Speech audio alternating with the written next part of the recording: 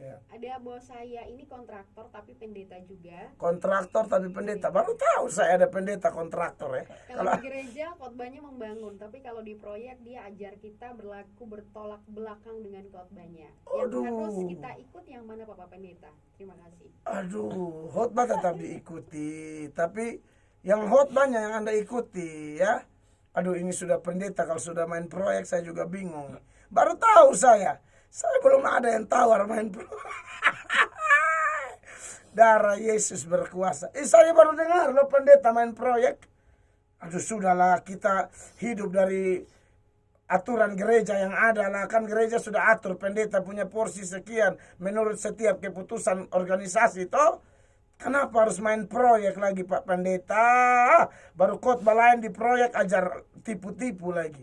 Nah, ini sekarang yang jemaatnya yang dengar khotbah sekaligus ikut proyek, bingung nih mau ikut yang mana? Dia gembala di gereja atau gembala di proyek?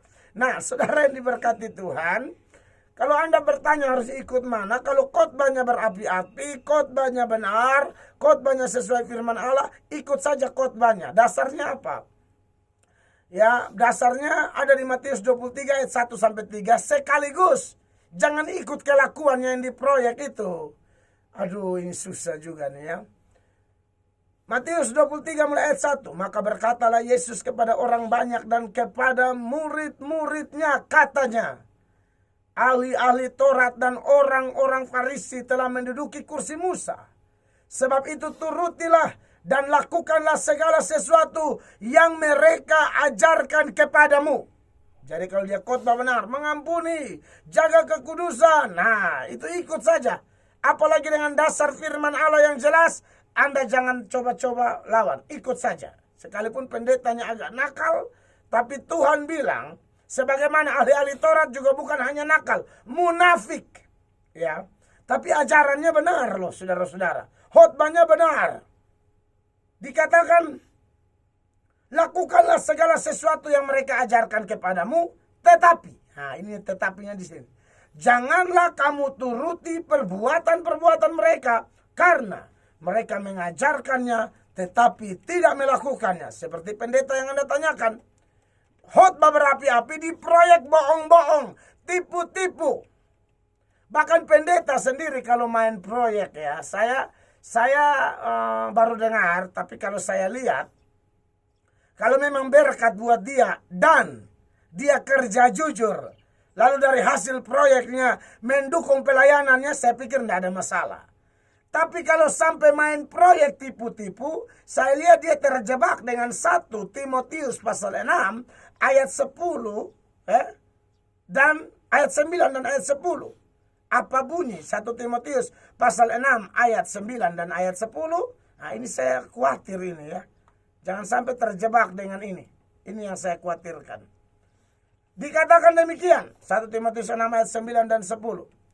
Tetapi mereka yang ingin kaya terjatuh ke dalam pencobaan, ke dalam jerat dan ke dalam berbagai-bagai nafsu yang hampa dan yang mencelakakan, yang menenggelamkan manusia ke dalam keruntuhan dan kebinasaan. Ayat 10. Karena akar segala kejahatan ialah cinta uang. Sebab oleh memburu uanglah beberapa orang telah menyimpang dari iman dan menyiksa diri dengan berbagai-bagai duka. Terbukti pendeta ini sampai bohong di proyek, berarti bukan menerima berkat sebagai cara Tuhan, atau dia anggap ini berkat cara Tuhan mendukung pelayanannya. Buktinya main proyek tipu-tipu. Saya pikir kalau pendeta bisnis, kalau itu berkat, kenapa tidak? Kan Paulus juga bisnis tenda. Seperti Priscilla dan Aquila, lalu pakai bantu pelayanan. Tapi kalau sudah tipu begini, menyimpang dari iman ini. Dan ini namanya, ya, akar segala kejahatan cinta uang. Jadi, ya, kalau saya saran sih, uang nih kalau sudah urusan dengan uang, pendeta pun bisa tumbang. Ya, karena itu hati-hati ya. Supaya jangan sembarang begitu ya. Takutnya aduh, ini sudah terbukti ya. Tuhan Yesus bilang, kamu tidak bisa mengabdi kepada dua Tuhan. Tidak bisa kepada Tuhan Yesus dan kepada Mamon. Mamon bicara uang. Uang bisa menjadi hamba yang baik, tapi bisa menjadi bos yang kejam. menjadi hamba yang baik ketika di tangan orang yang takut akan Allah, uang dia yang atur, sedangkan orang yang tidak total takut akan Allah atau tidak takut Tuhan sama sekali, justru uang menjadi bos yang kejam dan orang itu jadi hamba. Jadi ini pendeta kelihatannya dua kaki ya, hamba Tuhan sekaligus hamba uang. Kecuali dia bertobat, dan kalaupun harus proyek silakan.